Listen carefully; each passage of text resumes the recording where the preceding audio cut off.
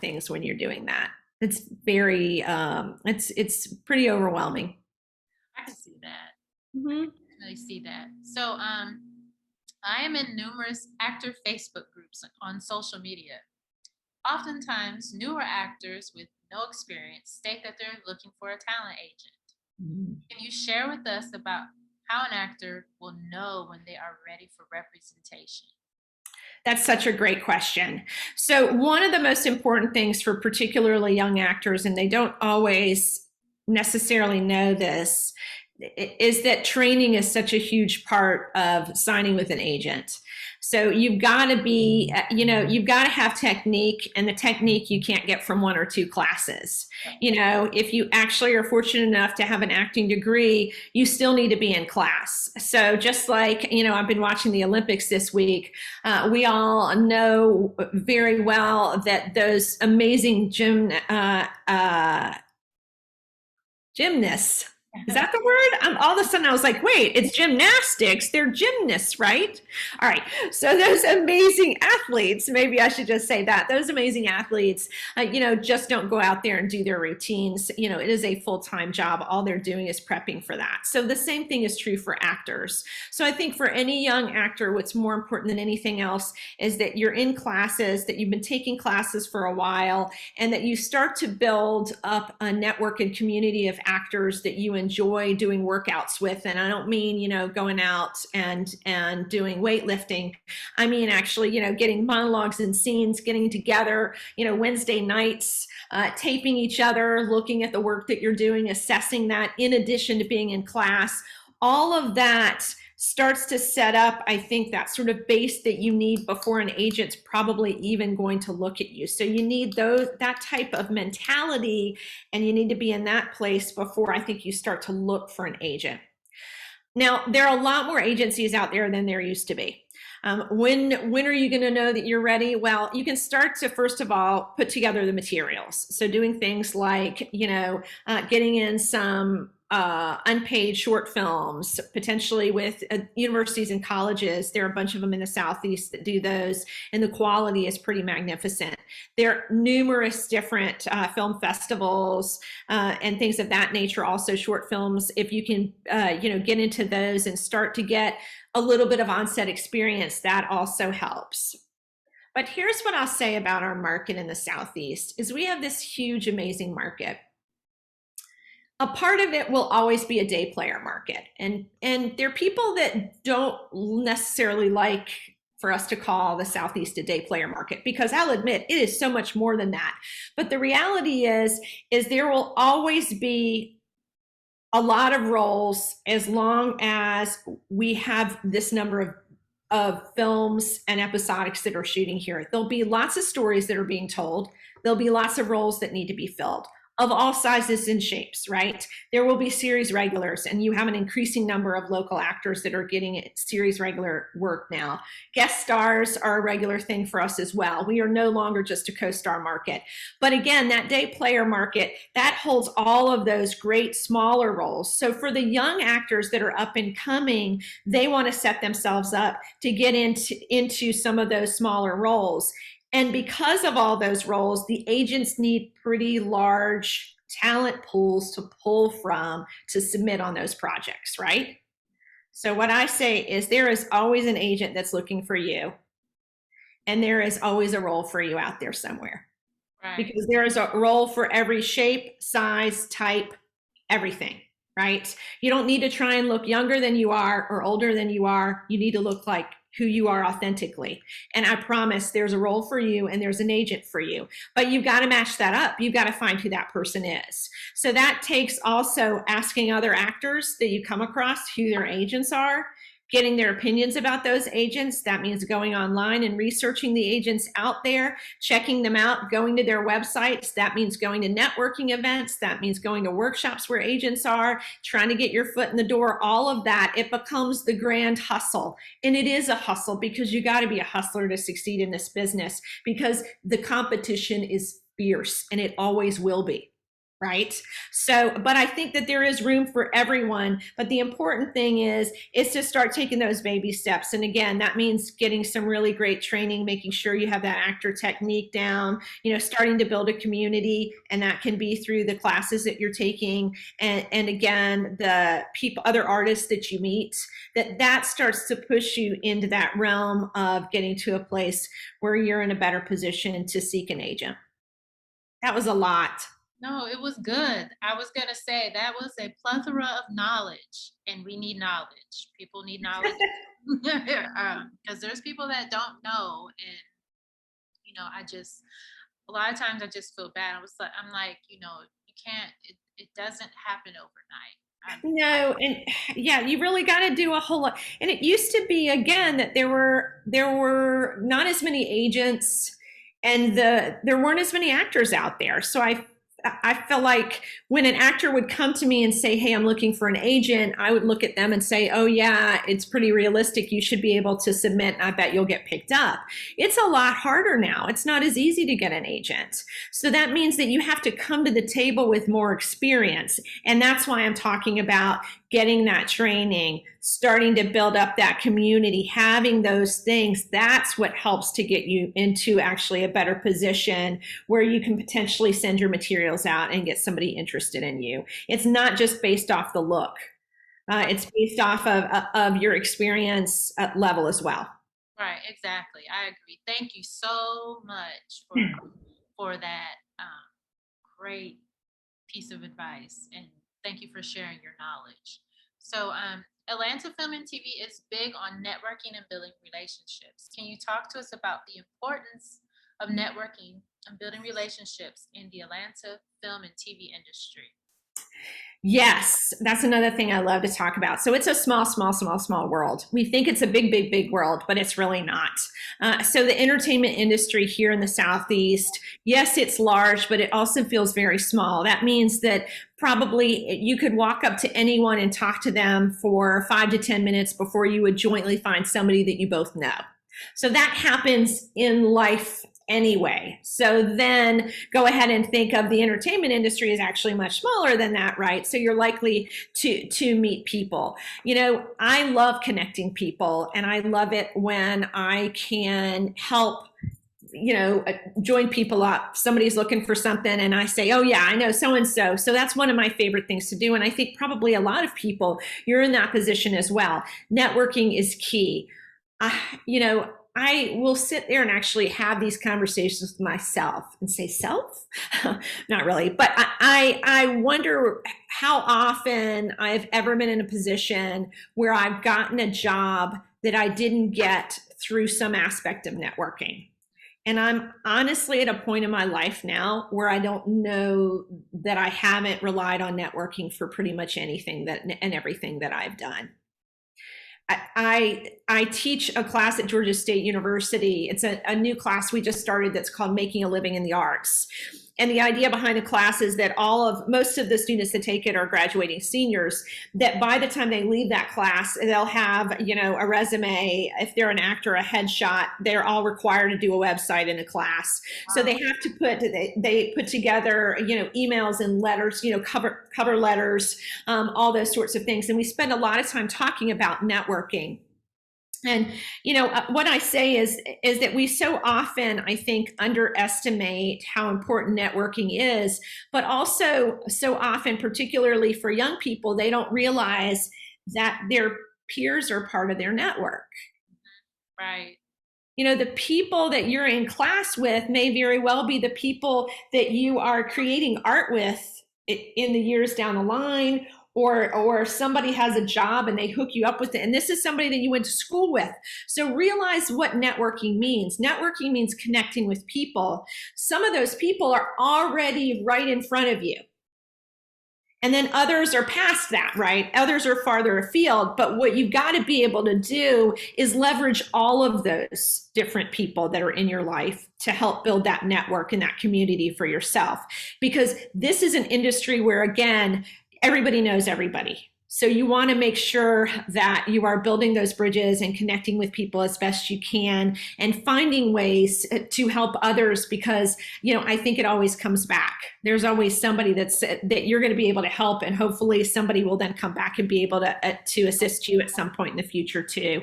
So networking is what it's all about. Again, I don't think that I could say that there's anything that I'm doing right now that doesn't have networking attached to it in some way. Right. I love what you said, your class, how you're like preparing the students. That's so good. I kind of wish sometimes that I would have had a class like that, preparing you for the future. Not necessarily in my grad program classes, because we did have those preparation classes, but like in high school and even in undergrad, I didn't have those like real world classes where I'm like preparing myself for the future. I mean, we had the resume writing, but that was it. It was nothing else. There was no like interview training or And that's pretty typical. And that's part of what we do too. I mean, that's typical of most programs. But what I'll say of, if you're getting a business degree or if you're getting a nursing degree, there's a little bit more of a direct pathway for you in terms of what you've got to do to get a job, right? In the arts, that's not necessarily the case at all. And so if we don't become stewards of those artists, then it's going to be difficult for them to succeed. So we have to do better as artists. And that's part of the reason that we're doing this class at GSU. But I think in general, we've got to do better by our artists and start creating better pathways to teach them how. Again, it's not as if you open door A and you go straight out of A into B and into C. It's all over the place, right? I've gone through how many different doors in my journey, in my life, in my career, and I have fallen down and I have broken bones and I've skinned knees and I've gotten back up and I've turned around and I've gone back out a door. I came out and, thought I was never going in another door, and then you just never know, right? So you can't predict that journey or what that journey will be, but I think we can be better about giving the skills and setting people up for success in terms of their careers in the arts. And that's what I think we need to work on all over the place, not just on the university level, but I think in general, when we think about the arts, we've got to think of again, the career pathway in the arts, not just, oh, it's okay just to be an artist. Because the way that arts will survive is if we find a way to make it a viable place for people to have a life and career. right. So where do you see the Atlanta film and TV industry within the next 5 years? Oh my gosh, I think it just keeps getting kind of more exciting because we keep getting more and more opportunities. When I started working in Atlanta Miles and Talent, I felt like that was sort of the beginning. That was certainly not the beginning of the industry, but that was the beginning of the real push, we had such all of a sudden we were sort of sitting there doing our thing and everybody was underwater with the amount of projects and work that were going on across the board.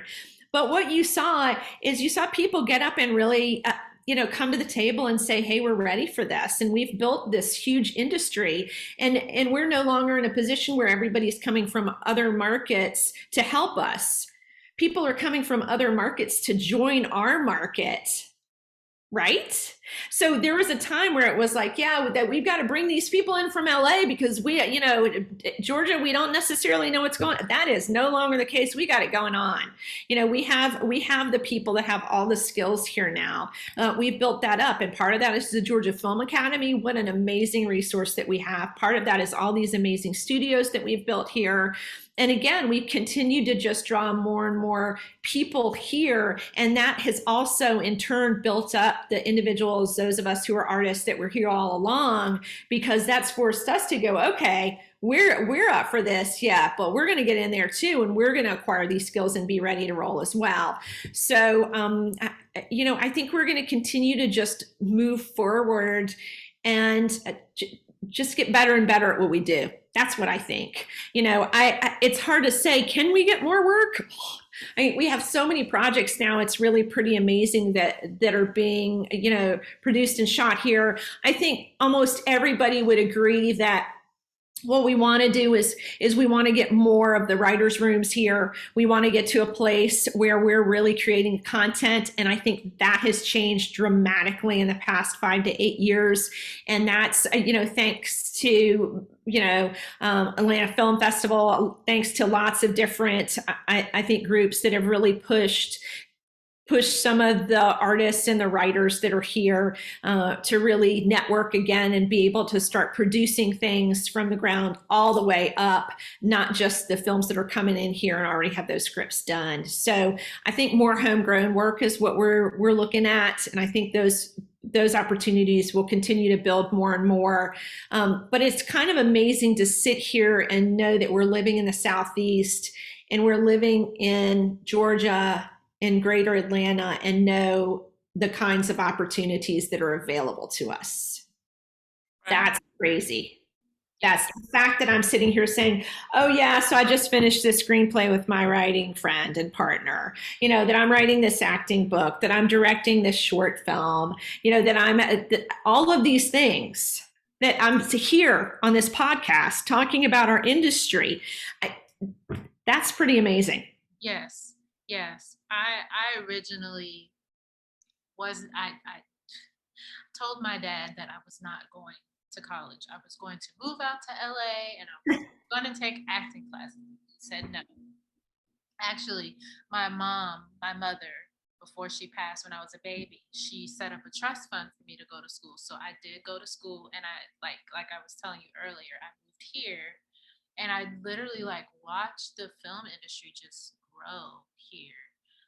Though some projects were filmed here before I came, I just seen it. It was just like it's just like I don't want to necessarily just say it was because of me. It was just like I came here and everything just kind of grew around me. So I just thought that was amazing. So you're definitely right about it. How it's growing and everything. So do you have anything else you would like to share before my last question? Oh, just thank you so much for having me. I worked with a bunch of students at GSU to create a piece called Artscape 2021 during the pandemic. And we were particularly challenged because we weren't allowed to meet in person. And so, like many other artists and filmmakers, we did everything via Zoom until we got to our shoot dates, and created a voice for the pandemic, a voice for social injustice, and allowing students to write pieces about what they were going through during the pandemic, all of which were shot in front of street art in and around Atlanta. And we filmed this. We also had music that students composed and played in the pieces as well, and had actors and the writers and the performers. And we put this whole piece together during the pandemic and we shot it. And Atlanta PBS is actually going to air that. It's called Artscape 2021 on September 11th at 6 p.m. So this is my opportunity to say, hey, if you're looking for some homegrown work and want to hear from some student voices and people in terms of their response to the pandemic and what that meant to them, it's sort of this amazing artistic snapshot of what all of us went through. And PBS was generous enough again to take the piece that we shot, and then they did a bunch of interviews with all of us, the actors and the artists that were involved, and they're putting all that together, and that will air September 11th at 6 p.m. So that's pretty exciting, Artscape 2021. So yeah, keep a lookout for that. I also have a blog and social media, reidforit.com, reidforit.com. So that's a great place to go for tips as well. Again, I am just grateful for being here, and thank you so much. Okay, my last question. Yes. What I is feel a like we should do like a drum roll. what is a piece of advice you would have for someone looking to break into the film and TV scene here in Atlanta? I'm trying to think of something that I haven't already said that I feel like is important. Um, um, um, um, um, um, um. It's always going to go back to training and finding your community. I don't want to sound like a broken record, but I think it's really true. I think that you've got to be comfortable in your own skin, and you've got to understand, if the definition for acting is playing the role of a truthful and honest character in an imaginary set of circumstances, which is sort of perceived as the general definition, I didn't make it up, that truth and honesty and that authenticity is what's so important in any performance, and that's what you've got to be comfortable finding. And there are very few people who just appear and have all of those skills. That we have to work at it. That it is a job. It's not something that I value the fact that there's some people that are able to take this on as a hobby. It's never been a hobby for me. Right. This is a profession for me. I make money doing this. I can't believe sometimes I make money doing this, and I don't make a lot of money, but I've made a living as an artist, and it's one of the things that I'm very proud of, being able to say that, because I know how hard that is to do. But that takes a level of commitment. And again, hustle and drive to get to the point where you can be successful doing that. So, that there's an old adage I remember hearing when I was much, much younger. It was specifically about actors. I think there was a writer named Michael Shurtleff that said something to this extent, that if there's anything else you can possibly do, aside from being an actor or working in the arts, that would make you happy, that you should do that, because this profession is so challenging and so difficult. And I really believe that that's true. There are other things that I love in life, and there are other things that I love to do as hobbies, but I really love what I do as a professional and wouldn't trade it for anything. But that means that you've got to really be ready to make a lot of sacrifices to do that. So I think my advice is to think through that and realize how important that is, that you need to come with that level of commitment if you're going to have a chance of being successful. But boy, is this a great market to come to. And boy, are there so many opportunities to find success here, because of all the hard work of so many people that, showed up before I did, and did things to pave the way for what we now have in this amazing market. So. Thank you so much for answering a few questions for our Atlanta Film and TV platform. Absolutely. It's a pleasure. Like I said, I love talking about our industry. I love talking about actors. I love talking about acting, and all of those things are some of my favorite discussions to have. So it's even better when I'm talking to other people that have interests that's equal to mine. Thank you.